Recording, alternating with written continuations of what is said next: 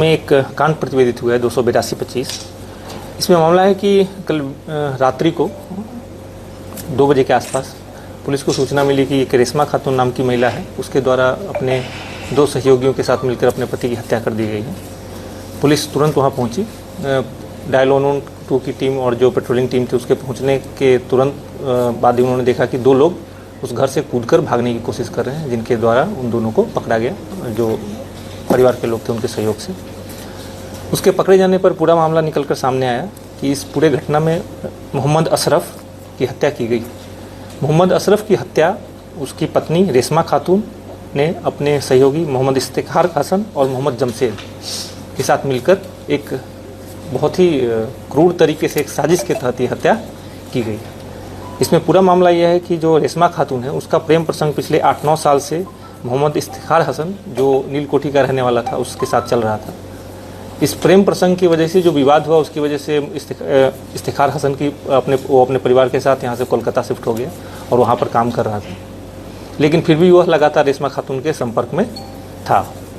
इसी बीच जो मृतक मोहम्मद अशरफ है उसकी तबीयत खराब थी। उसके तबीयत खराब होने का फ़ायदा उठाकर रेशमा खातून ने एक बहुत ही खौफनाक तरीके से एक साजिश रची, जिस साजिश के तहत इस तरह का योजना बनाया गया कि रात्रि में जो इफ्तिखार है और उसका एक सहयोगी मोहम्मद जमशेद, दोनों को बुलाकर इसकी हत्या कर दी जाएगी और पड़ोसियों और बेटे को सबको बताया जाए कि बीमारी से इसकी मौत हो गई।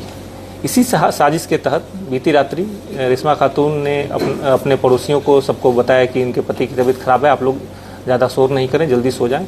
ऐसा बोल के अपने बच्चों को और सारे जो ऊपर रहने वाले किराएदार थे उनको सुला दिया और रात्रि लगभग 1 बजे के आसपास धीरे से दरवाज़ा खोल के दोनों को अपने घर में प्रवेश करा दिया।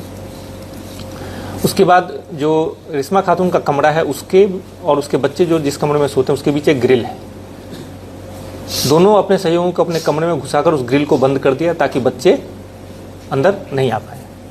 जब इन तीनों के द्वारा मिलकर जो मोहम्मद अशरफ उसकी हत्या करने की कोशिश की जाने लगी तो अशरफ चिल्लाए। अशरफ के चिल्लाने की बात सुनकर उनके दोनों बेटे निकल कर आए। उनके द्वारा दरवाज़ा पीटने पर इसने बोला कि आप तुम्हारे पिता की तबीयत खराब है, हम उसका मालिश कर रहे हैं, इसलिए वो चिल्ला रहे हैं।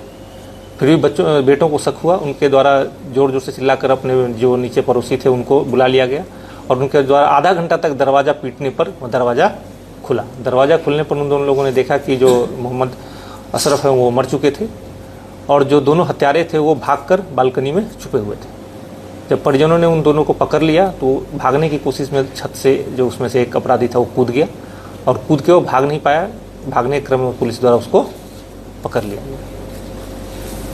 उसके पकड़े जाने के बाद और जो रेशमा खातून है इनके पकड़े जाने के बाद पूरा मामला निकलकर सामने आया, जिसमें जो उनके दोनों बेटे बेटी और जो रेंटर हैं वो सब लोगों के द्वारा पूरे घटना की पुष्टि की गई और पूरा सिलसिलेवार तरीके से बताया कि कैसे इस घटना को अंजाम दिया गया।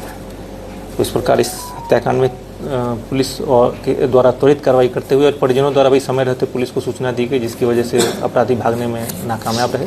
उनको घटनास्थल से पकड़ा गया। इस घटना में पूरी तरह से तकनीकी और मानवीय साक्ष्य मौजूद हैं। जिस तरीके से इस घटना को अंजाम दिया गया है, इसमें तुरंत ही चार्जशीट करके इन लोगों को सजा दिलाने की कार्रवाई